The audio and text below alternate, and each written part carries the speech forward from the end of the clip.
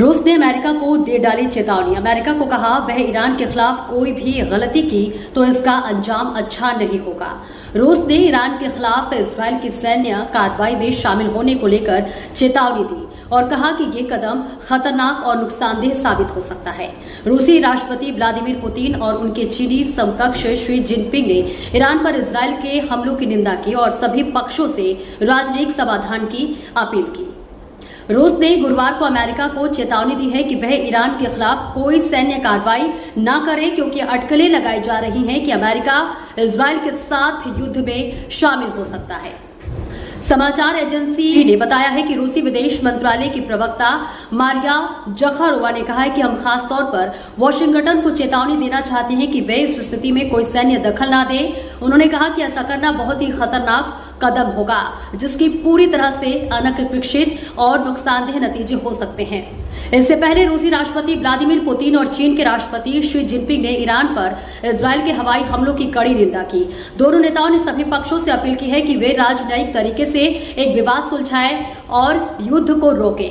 AFP ने चीनी समाचार एजेंसी के हवाले से कहा कि शी जिनपिंग ने कहा कि संघर्ष में शामिल पक्षों, खासकर इस्राएल को तुरंत हमले बंद कर देने चाहिए ताकि हालात और न बिगड़े और युद्ध दूसरे क्षेत्रों में न फैले।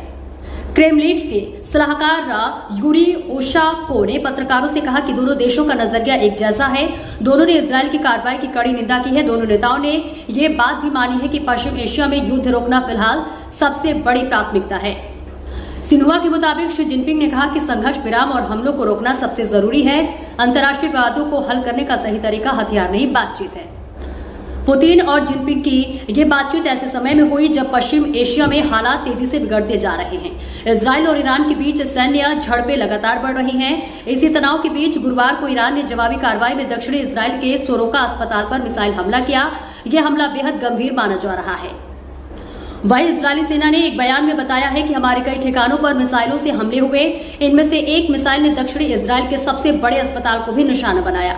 इस बारे में और जानकारी जल्द ही दी जाएगी। इस हमले के कुछ ही समय बाद इजरायली रक्षा मंत्री इस्राइल काट्स ने पहली बार सार्वजनिक रूप से ईरान के सर्वोच्च नेता अयातुल्ला खामनेई को खत्म करने की धमकी दी।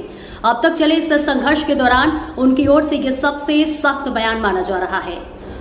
काट्स ने तेल अवीव के पास होलोन शहर में एएफपी से बातचीत में कहा कि खामेनेई खुले तौर पर कहते हैं कि वे इजराइल का खात्मा चाहते हैं। वे खुद अस्पतालों पर हमला करने का आदेश देते हैं। इजराइल को मिटाना उनके लिए एक लक्ष्य है। उन्होंने आगे कहा कि ऐसे इंसान को अब और जीने की इजाजत नहीं दी जा सकती।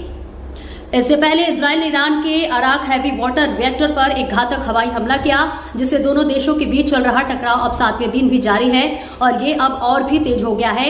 हमले से पहले इजराइल ने सोशल मीडिया पर धमकी दी। उन्होंने उपग्रह से ली गई तस्वीर पोस्ट की। लक्ष्य बनाए गए रिएक्टर को लाल घेरे से घेरा गया। आम नागरिकों से इलाका छोड़ने को कहा गया। फिलहाल इस खबर पर आपकी क्या राय है, कमेंट बॉक्स में जरूर बताएं।